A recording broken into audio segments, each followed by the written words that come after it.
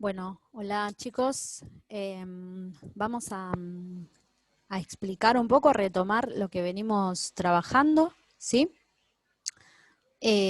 Ahora les voy a empezar a compartir la pantalla, así podemos empezar con la clase del día de hoy y repasar hasta acá para poder seguir avanzando, ¿sí? Bien, como ven acá en la pantalla que tenemos, nosotros vimos tres temas, ¿sí? Vimos el concepto de Estado, donde ustedes habíamos visto el video que hablaba sobre soberanía y aprendieron qué es el Estado. ¿Mm? Luego vimos cuáles eran las funciones del Estado, ¿está? Para posteriormente pasar a ver cuáles fueron los tipos de Estado que hubieron en Argentina y cuáles fueron las políticas públicas o el concepto de políticas públicas que se fueron desarrollando de acuerdo a los tipos de Estado establecidos. ¿Mm? Hasta acá es lo que pudimos ir aprendiendo.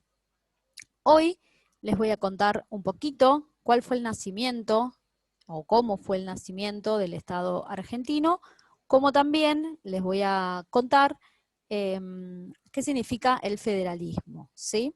Bien, ustedes saben que el 25 de mayo de 1810 se produjo la Revolución de Mayo.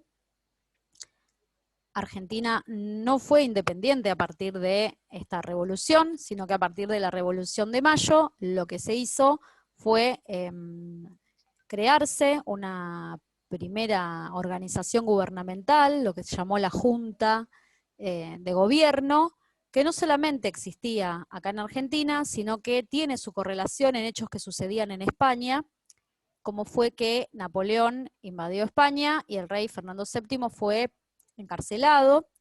Entonces, dentro mismo de España había un montón de juntas de gobierno, por ejemplo en Madrid, en Cádiz y en otras tantas ciudades, donde los vecinos empezaban a tomar decisiones gubernamentales, porque el rey estaba cautivo o prisionero.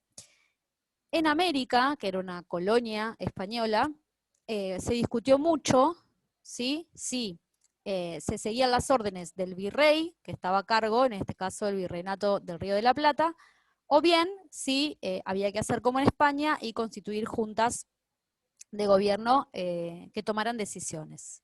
Bien, el 25 de mayo de 1810 se creó el primer gobierno patrio por esta circunstancia.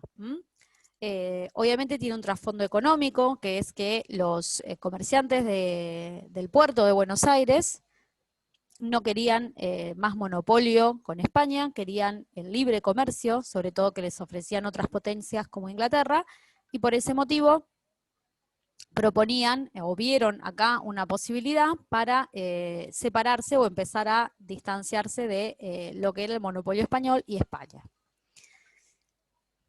Esto transcurrió de esta manera hasta que, en virtud de, digamos, distintos acontecimientos internacionales y también internos, el 9 de julio de 1816, en la Casa Histórica de la Independencia, en Tucumán, se declara la independencia de las Provincias Unidas del Río de la Plata.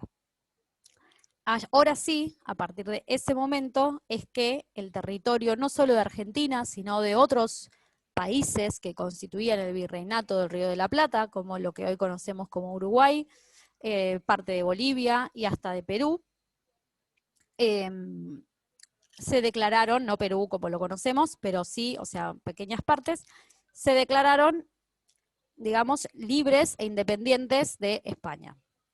Bien, a partir de 1816 comenzó un periodo bastante complejo para lo que fue la organización nacional.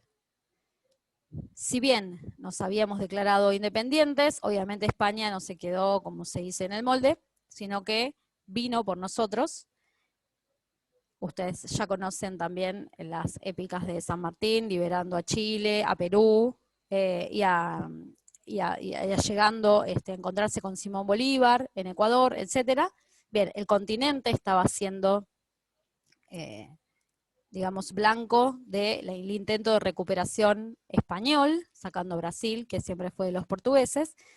Entonces, a partir de 1816, con todas estas guerras contra los realistas, etcétera, Argentina estaba en una situación bastante compleja, pero no solamente por su cuestión de independencia, sino que también había bastantes problemas internos.